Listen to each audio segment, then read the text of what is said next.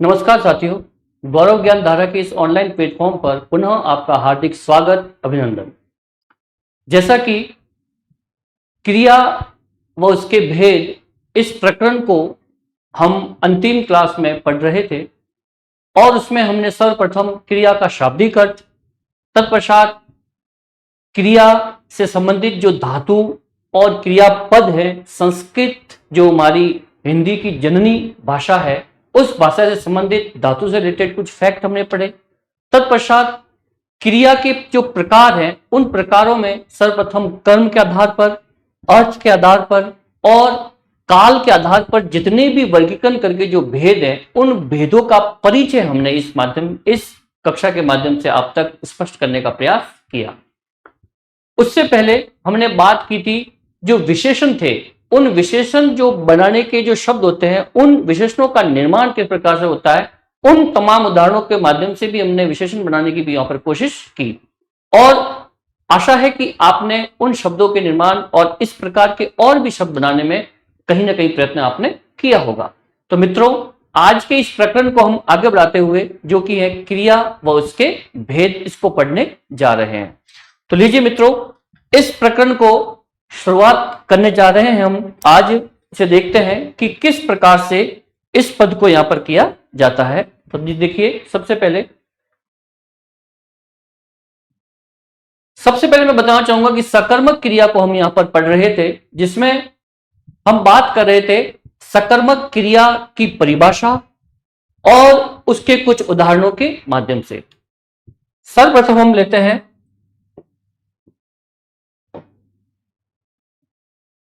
सकर्मक क्रिया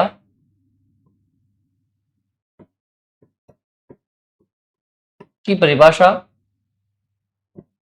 सकर्मक क्रिया कर्म के बिना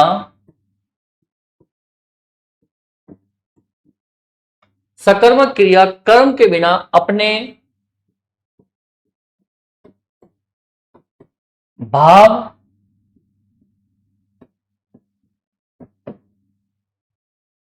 का मीन्स अपन अर्थ भी कह सकते हैं, अर्थ को सकर्मक क्रिया कर्म के बिना अपने भाव को पूर्ण रूप से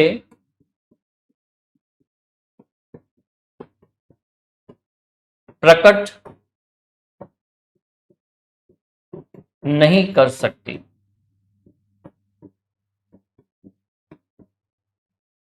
अब देखिए, तो इस परिभाषा को हम ये समझ रहे हैं कि सकर्मक क्रिया है जो वो कर्म के बिना कभी भी अपने भाव को पूर्णतः जो है वो प्रकट नहीं कर पाएगी। यहां पर हम देख रहे हैं, इसके कुछ उदाहरणों के माध्यम से इसको समझने का प्रयास करते हैं। जैसे कि उदाहरण है,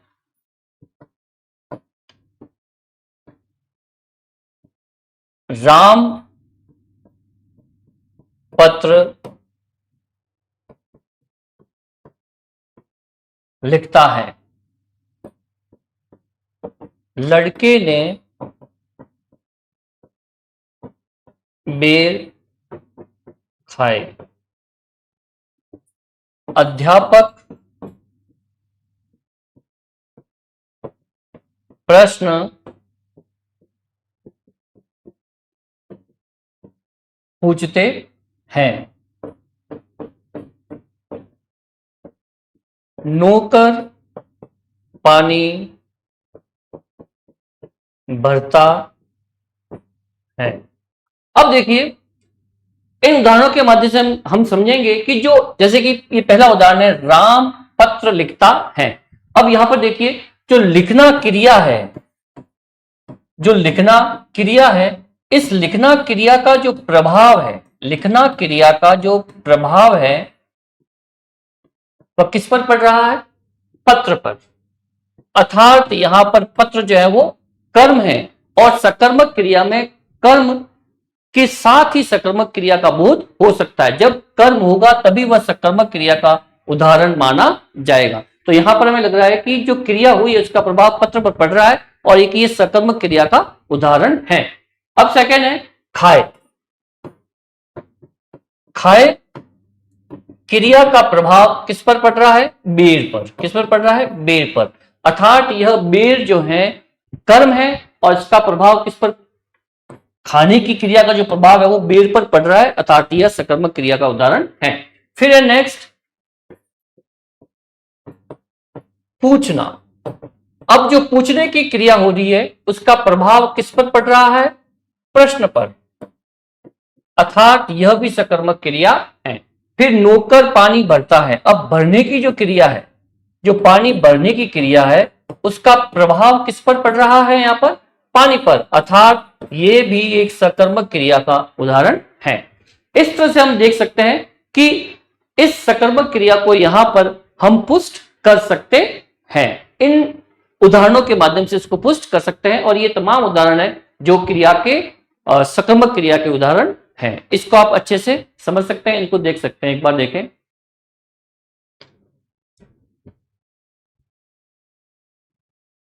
आशा है आपको इस समझ में आया होगा। अब चलते हैं एक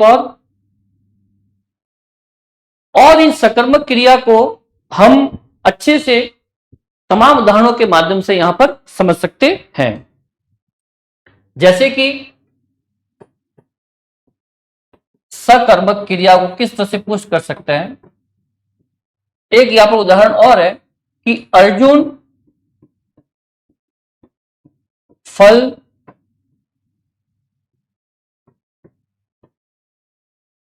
खा रहा है।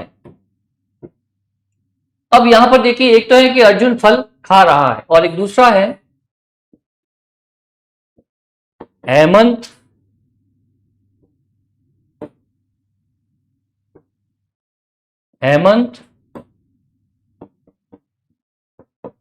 सो रहा है।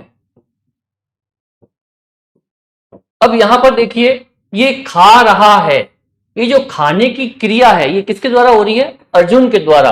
और इस क्रिया का जो प्रभाव है किस पर पड़ रहा है? फल पर पड़ रहा है, अर्थात यहां पर कर्म उपस्थित है। यहां पर कर्म उपस्थित है और यह एक सकर्मक है। क्यों? क्योंकि इसके साथ में कर्म है। हम सकर्मक क्रिया को इन उदाहरणों के माध्यम से पहचानने की प्रयास कर रहे हैं कि किस तरह से सकर्मक क्रिया को अपन पहचान सकते हैं। अब यहां पे सेकंड उदाहरण है हेमंत सो रहा है। अब रहा है तो एक सहायक क्रिया है और सोना, सोना एक क्रिया है। ये कौन कर रहा है? हेमंत। अब यहां पर आपको कहीं कर्म दिख रहा है? नहीं। मैंने आपको कल ही बताया था कि हिंदी का कोई भी वाक्य हो जो उसमें कर्ता प्लस कर्म और फिर क्रिया, इन तीनों के माध्यम से हिंदी सेंटेंस का निर्माण होता है। और उसी तरह से सब्जेक्ट, वर्ब और बचा ऑब्जेक्ट, ये इंग्लिश का सेंटेंस जो होगा वो इस हिसाब से बनेगा और हिंदी का इस टाइप से बनेगा। ये जो है, ये भी इस टाइप के क्वेश्चन भी कई बार बेसिकली प्रतियोगी परीक्षाओं में पूछे जा सकते हैं।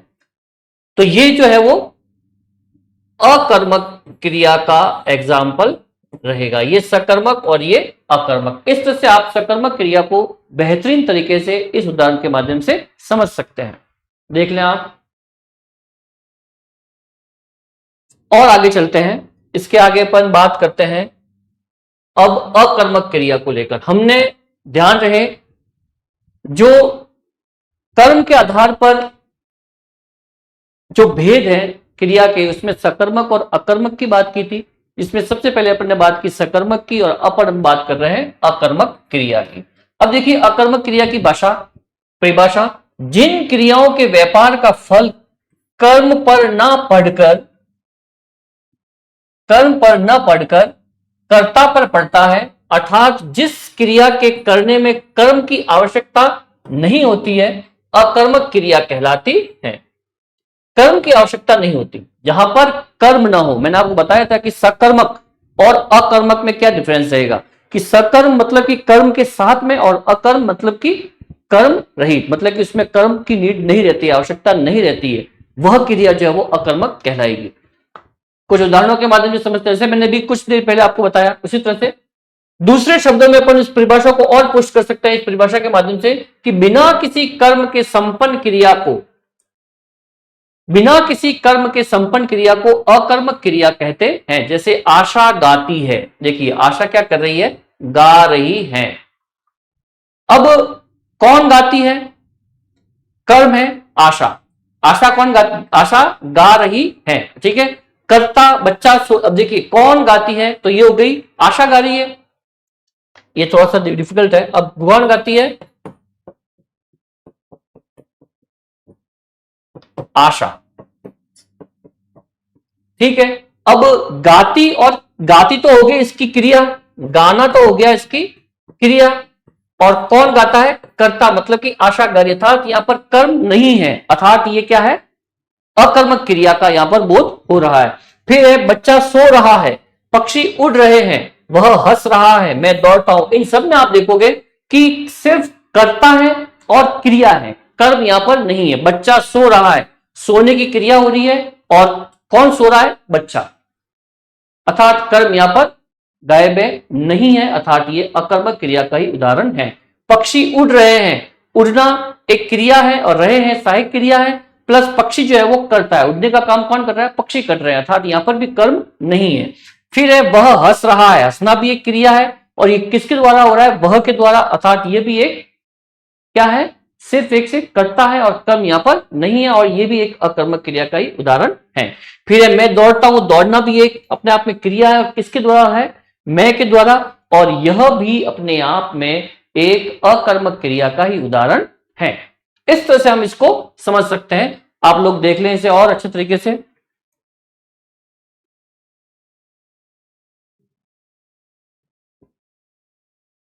फिर हम इसे और उदाहरणों के माध्यम से पुष्ट करते हैं। अब मैं एक साइड लिखूंगा अकर्मक क्रिया,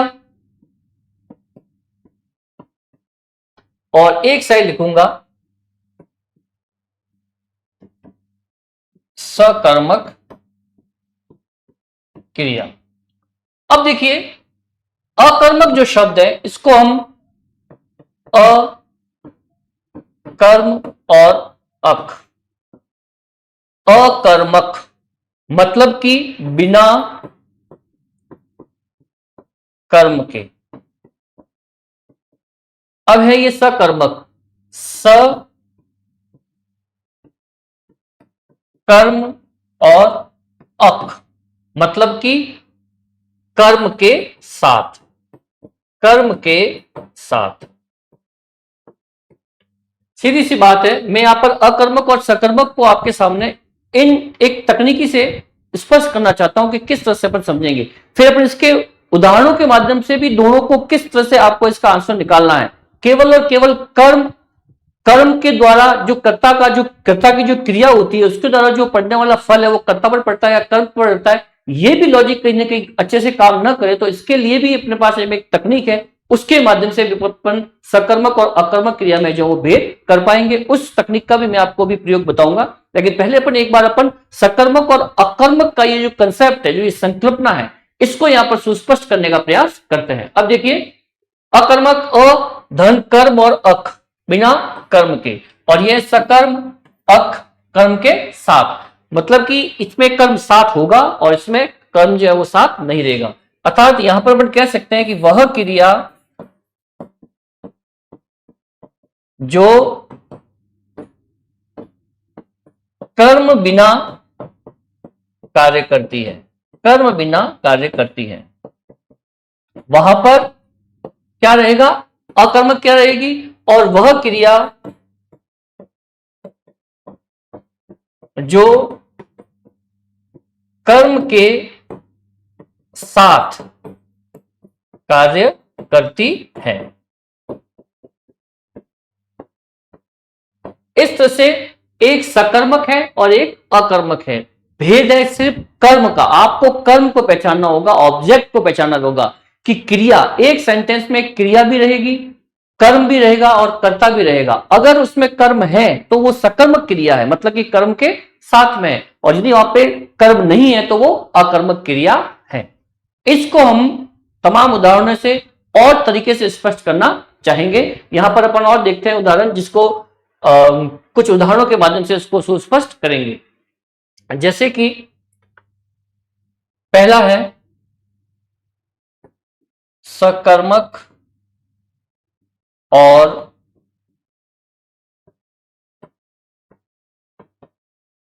अकर्मक क्रिया की पहचान किस तरह से अपन कर सकते हैं। इसमें पहला है, एक उदाहरण लिख रहे हैं यहां पर अपन,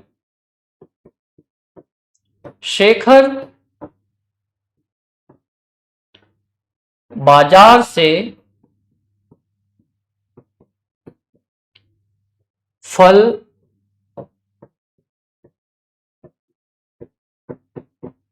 खरीदता है। दूसरा एग्जाम्पल और है, हेमंत खाना खा रहा है। तीसरा है, बच्चे पानी में उछल रहे हैं। चौथा है, सुरेश ने गाना गाया। पांचवा है, अनिल ने मिठाई खाई। छठा है, सुरेश ने गाना गाया, अनिल ने मिठाई खाई, बच्चे पानी में उछल रहे हैं, हेमंत खाना खा रहा है, शेखर बाजार से फल खरीदता है। ये है आपके पास में एग्जाम्पल। इनको अपन देखने का प्रयास करते हैं तमाम, कि किस तरह से आपको सकर्मक क्रिया की पहचान जो है वो करनी है। तो देखिए, सबसे पहले एक लॉजिक है इसका, कि फर्स्ट आपको क्रिया की पहचान करनी है। किसकी करनी है? क्रिया की पहचान। इसके रूल्स है, क्रिया की पहचान। एक और एग्जाम्पल, तिरंगा लहरा रहा है। क्रिया की पहचान, पहला इसका क्या लॉजिक रहेगा, आपको फर्स्ट आपको क्रिया की पहचान करनी है। दूसरा है, क्रिया करने वाला कौन है, जो क्रिया की है वो कौन है, अर्थात क्रिया करने वाला अर्थात कर्ता, उसे कर्ता भी अपन कहेंगे। क्रिया कौन करेगा? कर्ता ही करेगा। फर्स्ट तो क्या करनी है आपको, क्रिया की पहचान। कोई भी सेंटेंस हो उसमें ये देखना है आपको, सकर्मक अकर्मक क्रिया, जिस तरह से मैंने आपको बताया कि कर्म के आधार पर अपन पहचान करते हैं सकर्मक अकर्मक में भेद की, लेकिन यहां पर ये लॉजिक कहीं ना कहीं वर्क नहीं करता है, ज्यादातर ये लॉजिक कार्य नहीं करता है। और वहां पर हमें सकर्मक अकर्मक क्रिया के कुछ बेहतरीन उदाहरण इस टाइप के होते हैं कि हमें सकर्मक और अकर्मक में भेद करने में बहुत समस्याएं आ जाती है, विवादास्पद मामला हो जाता है कि क्या करें यहाँ पे। कई बार ऐसे प्रतियोगी परीक्षाओं में कई बार ऐसे क्वेश्चन पूछे जाते हैं जिसमें आप सकर्मक और अकर्मक क्रियाओं में भेद नहीं कर पाते हैं। तो आपको ये एक तकनीक है किस तरह से सकर्मक है या अकर्मक है क्रिया वहां तक पहुंचना है। उसके लिए सबसे बेस्ट लॉजिक है, सबसे पहले आपको क्या करना है, क्रिया की पहचान करनी है। तत्पश्चात आपको करना है कि क्रिया करने वाला कौन, कर्ता कौन है, वो क्रिया की पहचान, क्रिया करने वाला, और तीसरा है एक वर्ड होता है क्या। ये क्या आप जब कर्ता के साथ में क्वेश्चन करेंगे तब अगर आपके पास में कोई उत्तर आता है, साधारण क्या उत्तर आता है, तो वह अगर उत्तर मिल गया आपको तो है सकर्मक, और नहीं मिलता है वहां पर उत्तर इस क्या का, तो अकर्मक क्रिया होगी। आइए इन उदाहरणों के माध्यम से इसको समझने का प्रयास करते हैं। देखिए, शेखर बाजार से फल खरीदता है। अब सबसे पहले शेखर बाजार से फल खरीदता है, तो क्रिया क्या है? खरीदना। क्रिया क्या है यहां पर? खरीदना। ओके, ये हो गया वर्ब। फिर कौन खरीद रहा है? शेखर खरीद रहा है। कौन खरीद रहा है? शेखर। मतलब कि अपना फर्स्ट स्टेप क्लियर, क्रिया की पहचान कर ली और अपन ने क्रिया करने वाला अर्थात करता हुए देख लिया। अब शेखर क्या खरीदता है? फल। दैट्स फाइनल, मीन्स ये क्या है? सकर्मक क्रिया का उदाहरण है। ये क्या है? सकर्मक क्रिया है। अब बात करते हैं हम, हेमंत खाना खा रहा है। अब ये खाना खा रहा है, ये पूरी क्या है? अपने आप में क्रिया है। और क्रिया करने वाला कौन है? हेमंत। ये हो गई आपकी वर्ब और ये हो गया आपका सब्जेक्ट। अब हेमंत क्या खा रहा है? तो खाना खा रहा है, अर्थात ये भी क्या हो गई? सकर्मक क्रिया। फिर है बच्चे पानी में उछल रहे हैं। बच्चे पानी में उछल रहे हैं, देखिएगा उछल रहे हैं, क्या कर रहे हैं? उछल रहे, ये होगी क्रिया। अब कौन उछल रहे हैं? बच्चे। अब क्या क्या का उत्तर आ रहा है? नहीं आ रहा, अर्थात ये अकर्मक क्रिया का उदाहरण होगा। अब क्या उलझ रहे? पानी में। क्या है? क्या का आंसर नहीं आ रहा, अर्थात ये अकर्मक क्रिया का एग्जाम्पल होगा। फिर है सुरेश ने गाना गाया। अब गाया, गाया, अब ये जो गाया है ये क्रिया हो गई, और किसने की ये क्रिया? सुरेश ने। और क्या? के गाना। गाया क्या? गाना। तो क्या हो गया? ये भी एक सकर्मक क्रिया का एग्जाम्पल हो गया।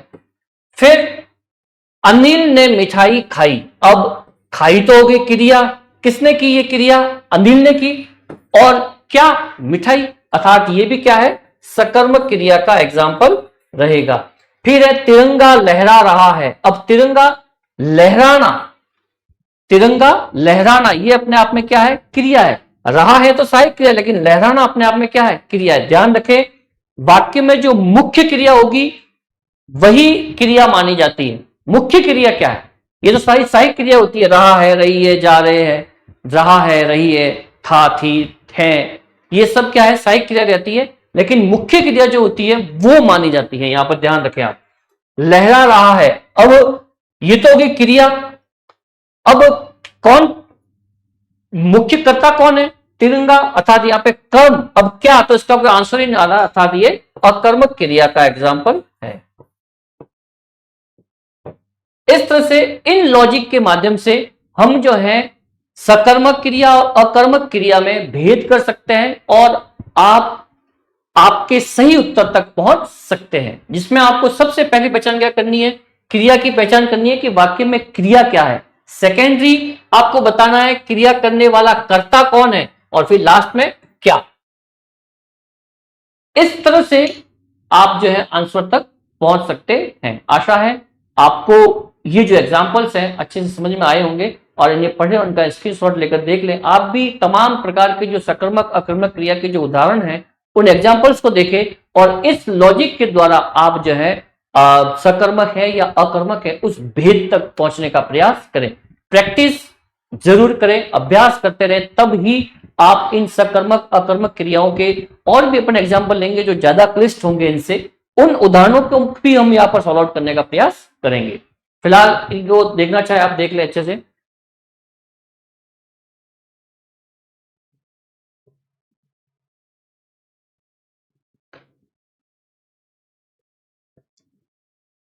आशा है आपको समझ में आया होगा। अब अपन चलते हैं और आगे। अब है अर्थ के आधार पर क्रिया के भेद।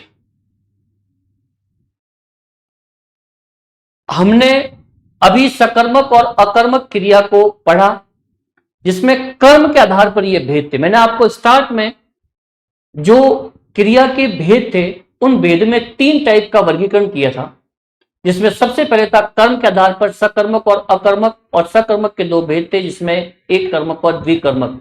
उन दोनों को भी उदाहरण के माध्यम से समझा।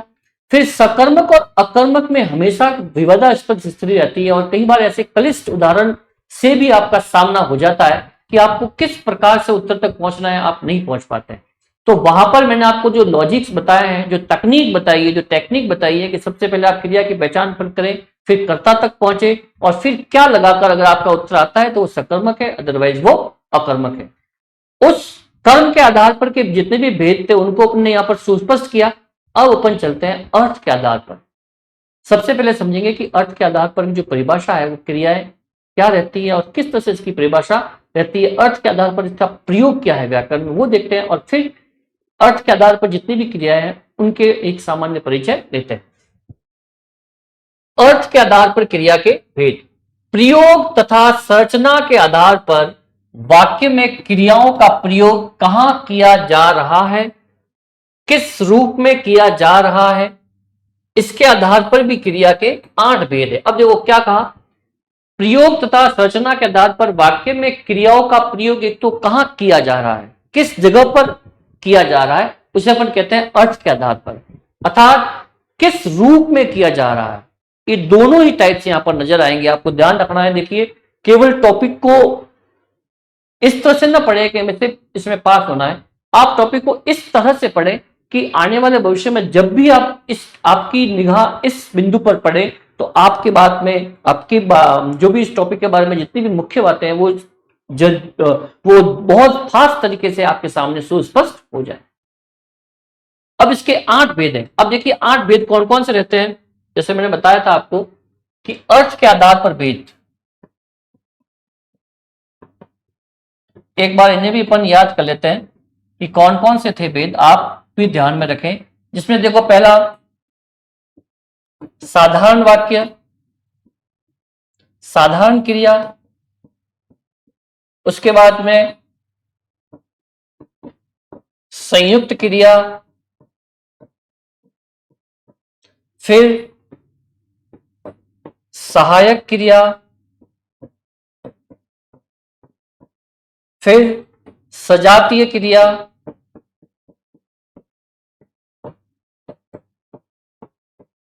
फिर प्रेरणार्थक क्रिया,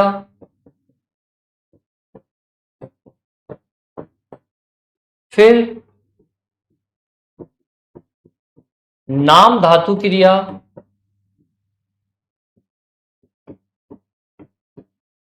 फिर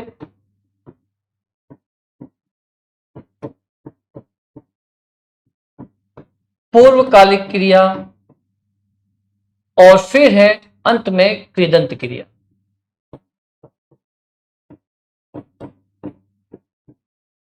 इस तरह से हम समझ सकते हैं कि साधारण क्रिया, संयुक्त क्रिया, सहायक क्रिया, सजातीय क्रिया, प्रेरणार्थक क्रिया, नाम धातु क्रिया, पूर्वकालिक क्रिया और कृदंत क्रिया, इन क्रियाओं को अब अपन पढ़ने का अपन एक एक करके इनके बारे में बात करेंगे और पता करेंगे कि वाकई में कौन कौन सी क्रिया किस किस टाइप से वर्क करती है। मित्रों ध्यान रहे, ये जो क्रियाएं हैं, इन क्रियाओं में मैंने आपको पहले ही बता दिया कि कर्ता, कर्म और क्रिया, कर्ता, कर्म और क्रिया के माध्यम से हम किसी भी हिंदी रचना, हिंदी वाक्य रचना का निर्माण करते हैं और इसमें क्रियाएं किस तरह से कार्य करती है वो यहां पर अर्थ के आधार पर बात कर रहे हैं, तो संरचना और प्रयोग के आधार पर और क्रिया का किस रूप में प्रयोग किया जा रहा है। जैसे कि यहां पर बात कर रहे हैं सहायक क्रिया की, अभी मैंने बात की कि तिरंगा लहरा रहा है। अब यहां पर देखिए लहरा रहा है ये एक सहायक क्रिया है, जबकि इसकी जो मुख्य क्रिया के साथ में रहकर कार्य करे, जो मुख्य क्रिया के साथ में रहकर कार्य करती है, उसका साथ देती है, वो सहायक क्रिया कहलाएगी। तो वहां पर आपको क्या करना है कि वाक्य में जो मुख्य क्रिया है उसी के माध्यम से आपको समझना होगा, उसको पुष्ट करना होगा और उसी के माध्यम से आपको उत्तर तक पहुंचना होगा। फिर सजातीय क्रिया, प्रेरणार्थक क्रिया, सजातीय मतलब कि क्रिया और क्रम एक धातु से बने हो तो उस टाइप में सजातीय क्रिया रहेगी। और प्रेरणार्थक क्रिया में जो है आप जो करता है वो प्रेरणा देकर कार्य करवा रहा है, खुद नहीं कर रहा, खुद नहीं करना है, वो प्रेरित कर रहा है करने के लिए, अर्थात वहां पर प्रेरणार्थक क्रिया होगी। पूर्वकालिक क्रिया, एक क्रिया के बाद में दूसरी क्रिया को करना पूर्वकालिक क्रिया कहलाता है। इस टाइप से ये जो क्रियाएं हैं, इन क्रियाओं के आधार पर एक एक क्रिया को अपन पढ़ेंगे और उन उदाहरणों के माध्यम से हम जो है वाकई में जो उसका जो सही उत्तर होगा वहां तक पहुंचने का प्रयास करेंगे। मित्रों आशा है कि मैं क्रिया और क्रिया के प्रकार और इस भेदों के माध्यम से आप तक जो भी सूचनाएं पहुंचा रहा हूं, जो इंफॉर्मेशन पहुंचा रहा हूं यहां तक, वो आपको अच्छे से समझ में आ रही होगी और आप बार बार अभ्यास करते हुए उस चीज तक पहुंचने का प्रयास करें। लीजिए अपन पढ़ते हैं आगे। सहायक क्रिया, सहायक क्रिया को पढ़ने का प्रयास करते हैं। उससे पहले अपन बात करते हैं एक सामान्य क्रिया के बारे में। यहां पर रह गया था ये अर्थ के आधार पर क्रिया के भेद अपन ने कोई बात की। अब देखिए सबसे पहली क्रिया है साधारण क्रिया, ये फर्स्ट नंबर क्रिया है। सामान्य क्रिया और साधारण, इसे साधारण क्रिया भी कहेंगे। जब किसी वाक्य में एक ही क्रिया का प्रयोग हो, कैसी एक ही क्रिया का प्रयोग हो, उसे सामान्य क्रिया कहते हैं। सिर्फ एक ही क्रिया का जिक्र हो, जहां पर किसका एक ही क्रिया का जिक्र हो वहां पर सामान्य क्रिया रहेगी। जैसे राम ने पुस्तक पढ़ी, राम ने पुस्तक पढ़ी। अब यहां पर क्या है, पढ़ना एक ही क्रिया है और सामान्य क्रिया है, बिल्कुल साधारणतया ये जो है अपने को पता चल रहा है कि यहां पर एक ही क्रिया है, अर्थात यह साधारण क्रिया का जो है वो सेंटेंस है, उदाहरण है। सीता नाची, नाचना साधारण, नाच रही है सीता। मोहन आया, आने की क्रिया हो रही है। और नारायण पूजा के साथ गया, अब नारायण जो है वो पूजा के साथ गया, मतलब कि एक क्रिया बस साथ गया। इस तरह से हम समझ सकते हैं कि ये सामान्य क्रिया और साधारण क्रिया के उदाहरण है। यहां पर कोई ज्यादा लॉजिक लगाने की जरूरत नहीं है, कोई तकनीक लगाने की जरूरत नहीं है। आपको देखना है कि एक क्रिया कौन सी है और प्रश्न की प्रकृति को पढ़ना है कि वो पूछ क्या रहा है, वो पूछ क्या रहा है आपसे। आप हमेशा ध्यान रहे, कभी भी चाहे वो कोई भी क्वेश्चन हो, किसी भी विषय से संबंधित हो, प्रश्न की प्रकृति को 2 बार समझें। और एक, हाँ, क्या होता है कि प्रश्न के अंत में हम लोग पढ़ना भूल जाते हैं, जल्दबाजी में, एजिटेशन में, नहीं है या है, उस बात को यहां पर अच्छे से समझना होगा आपको। जब भी प्रश्न को पढ़े एकाग्रचित होकर, और एकाग्रचित होते हुए वहां पर क्या लिखा हुआ नहीं है, और प्रश्न की प्रकृति क्या पूछ रही है, आपको कहां पहुंचना है, उसको 2 बार क्वेश्चन को अच्छे से पढ़े। कहते हैं कि उत्तर से ज्यादा इंपॉर्टेंट, महत्वपूर्ण होता है आपका प्रश्न को पढ़ना। आप प्रश्न को किस लेवल से पढ़ रहे हैं, प्रश्न को पढ़ना सीखे पहले। कहते हैं कि उत्तर से पहले प्रश्नों को याद करो, प्रश्नों को समझो, प्रश्नों की प्रकृति को समझो। हमेशा ध्यान रखना कि प्रत्येक बालक की यह गलती होती है कि मैंने पढ़ने में भूल की, इस कारण मेरे 1 से 2 क्वेश्चन गलत हो गए। शायद मैंने उस प्रश्न को अच्छे से पढ़ा होता तो मेरा वो क्वेश्चन गलत नहीं होता। तो ऐसी विवादास्पद स्थिति में हमेशा ध्यान रखिए, थोड़ा सा एकाग्रचित हो, अपने आप को शांत करें, और शांत करते हुए जब प्रश्न पढ़े तो शांति से पढ़ते हुए अपने दिमाग में पीस स्टैब्लिश करके उसके बाद प्रश्न को पढ़ना है, और फिर उस प्रश्न की प्रकृति को पढ़ के फिर धीरे से आंसर पर पहुंचना है। क्योंकि जब तक आपको प्रश्न समझ में नहीं आएगा तब तक आप उत्तर तक नहीं पहुंच पाओगे।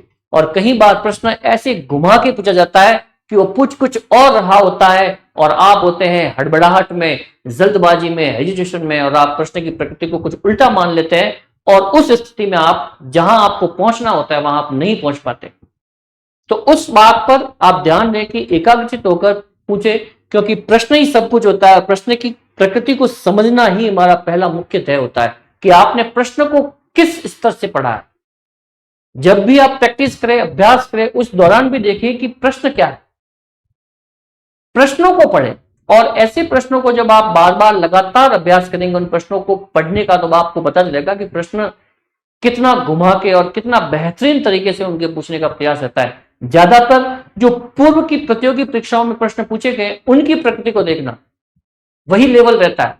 और जब आप पूर्व में जो जितनी परीक्षाएं हुई हैं उन प्रश्नों को हल करने का प्रयास करेंगे तब आपको प्रश्न पढ़ना आएगा। सबसे पहले आपको प्रश्न पढ़ना सीखना होगा, तभी आप सही से उत्तर तक पहुंच पाएंगे। तो नहीं है का ध्यान रखें, नहीं है या है, ये चीज विशेष ध्यान रखती है, किसी भी विषय में ध्यान रखें। तो यहां पर सामान्य क्रिया में एक ही क्रिया होती है, और एक ही क्रिया जहां पर हो साधारण वाक्यों का वो एग्जाम्पल रहेगा। नेक्स्ट, सहायक क्रिया। जैसा कि मैंने आपको भी बताया था कि मुख्य क्रिया के साथ में जो क्रियाएं कार्य करती हैं या मुख्य क्रिया का साथ देती है वो क्या कहलाती है, सहायक क्रिया। किसी भी वाक्य में मूल क्रिया की सहायता करने वाले पद को क्या कहते हैं अपन, सहायक क्रिया। अब मैंने बताया था ना अभी, तिरंगा लहरा रहा है। अब लहराना अपने आप में क्या है, ये लहराना क्या है, मुख्य क्रिया है, या कह सकते हैं कि मूल क्रिया है। अब इस मूल क्रिया के साथ में ये क्या है, एक सहायक क्रिया है। इस तरह से ये सहायक क्रियाएं मूल रूप जो क्रिया होती है उसके साथ में रहकर कार्य करती है, अर्थात इन्हें सहायक क्रिया कहते हैं। ध्यान रहे, अपन पढ़ते हैं इंग्लिश में इज, आर, एम वगैरह, वाज, वर, ये सारी सहायक की सारी हेल्पिंग वर्ब होती है, और हेल्पिंग वर्ब यहां पर भी कार्य करती है उसी तरह से, जैसे इंग्लिश में वर्क करेगी वैसे वैसे हिंदी में भी यूज अपन करते हैं। जैसे मोहन जा चुका था, अब जाना क्या है यहां पर, मूल क्रिया। मूल क्रिया की पहचान करें। वाक्य में क्रिया की पहचान, जैसा कि मैंने आपको कहा था कि जब भी आप सकर्मक अकर्मक क्रिया में भेद करते हैं तो आपका पहला बिंदु क्या है, क्रिया की पहचान। क्या होता है, क्रिया की पहचान। क्रिया को पहचानना, उसमें भी मूल क्रिया को पहचानना, सहायक क्रिया को नहीं, मूल क्रिया को। मूल क्रिया को पहचाने, तत्पश्चात ये क्रिया किसके द्वारा की जा रही है और फिर क्या लगाकर उस अगर उत्तर आता है तो वो सकर्मक है, अन्यथा अकर्मक है। अब यहां पर देखो, मूल क्रिया है जाना, अब ये चुका था क्या है, सहायक क्रिया। कई बार आपको सहायक क्रिया से रिलेटेड प्रश्न भी पूछा जा सकता है कि इसमें सहायक क्रिया कौन सी है। प्रश्न की प्रकृति है, आपको पता ही है कि आजकल प्रश्नों का स्तर क्या जा चुका है, और ऐसी स्थिति में किसी भी स्तर का प्रश्न आपके सामने प्रस्तुत हो सकता है। हमेशा बी अलर्ट, तैयार रहे। सुमन खेल रही है, अब रही है क्या है, खेल क्या है, खेलना। ये क्या है, खेल एक धातु और नाट प्रत्यय जोड़ने से खेलना एक क्रियापद बन जाता है, और यहां पर खेलना क्या है, मूल क्रिया। क्या है, मूल क्रिया। और मूल क्रिया के माध्यम से हम देखते हैं कि इसकी सहायक क्रिया कौन सी है, रही है। सुनीता हंसती रहती है, अब हंसना अपने आप में क्या है, यहां पर मूल क्रिया है। हंसना क्या है, मूल क्रिया। और जो रहती है वो है सहायक क्रिया। इस तरह से आपको सहायक क्रिया तक पहुंचना है। फिर इसमें देखिए, बना रही है, अब खाना और बनाना क्या है, मूल क्रिया, और रही है क्या हो जाएगा, इसमें सहायक क्रिया हो जाएगी। और खाना अपने आप में ऑब्जेक्टिव है और सीमा खुद करता है। इस तरह से हम इन क्रियाओं को जान सकते हैं, पहचान सकते हैं, और इस तकनीक से मूल क्रिया को पहचान कर सहायक क्रिया तक पहुंच सकते हैं। साधारण क्रिया में सिर्फ एक साधारणतया क्रिया जहां पर प्रस्तुत है जिस वाक्य में, वहां पर साधारण क्रिया का वो एग्जाम्पल रहेगा। मित्रों, आशा है इस कक्षा को आपने अच्छे से पढ़ा होगा और आपको समझ भी आया होगा। श्योर 100% आपको समझ में आया होगा। जिस तरह से मैंने आपको सकर्मक और अकर्मक क्रियाओं में भेद करने के लिए जो तकनीक बताई है, उस तकनीक का प्रयोग करें और कुछ ऐसे 20-25 उदाहरण लें और उन उदाहरणों को इस तकनीक से सुलझाने का प्रयास करें। बिल्कुल 101% आप अपने सही उत्तर तक पहुंच पाएंगे। इसी के साथ आज की इस कक्षा को यहीं पर संपन्न करते हैं। धन्यवाद। आपका दिन शुभ रहे। शुभ रात्रि।